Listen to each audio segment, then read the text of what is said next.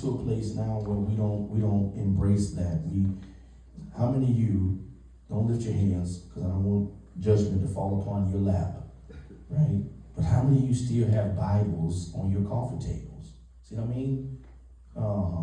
So how many of you have crosses in your house? Okay.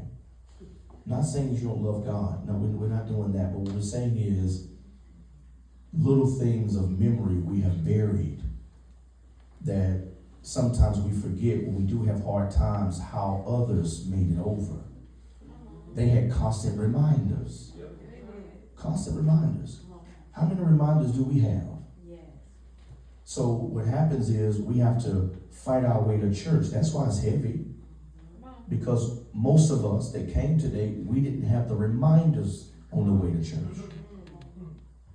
We got up, come on, if you're in the modern culture now, you figure out for 17 hours what you're gonna wear. Okay, it ends up being just a shirt and a pair of jeans or one outfit that you've worn before. That doesn't require all that, but it becomes so intensified that we forget that this moment is a constant reminder of what Grandma said the ultimate place is going to be like. What we do here is just rehearsal. That's what I was taught.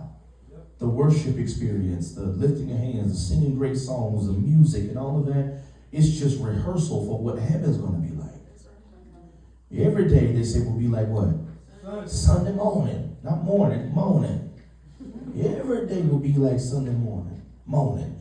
And we would listen to the Canton spirituals, and how many of you had your quartet groups that you listened to back in the day? And all, you see what I'm saying? All of that. My grandma would wake up in the morning, put it on BET, and who'll be on? Bobby Jones. Bobby Jones Gospel. I hated it. Bobby Jones Gospel. You know, when you're young, you don't understand, but we understand now. And Bobby Jones will be on there with his slick hair and his big old gold nugget rings on, and have so many special guests on there that will be singing. And one of the, my voice is terrible today because the pollen is heavy. So, you know, and I know how Crystal gets. She gets real judgmental. Anyway, so, but you remember the song, the one I used to love and cherish, singing in the heavenly choir? Yes. Singing in the heavenly choir, singing it, and it was just tear my nerves up as a kid. Tear my nerves up. The man with the high-pitched voice was so on point with the high note as a man. He was hitting high notes. And here's another one. Lynn, what was your course? Tell me the one. My mind is cluttered. What's your favorite? Victory.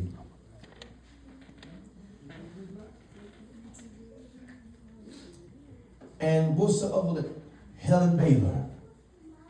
When she would give a testimony in the song, when she married her husband who was a drug dealer, and said he took the drugs and she was spiraling down, and then boom, her head hit the floor, and she had the experience, and then all of a sudden the drug dealer became her husband.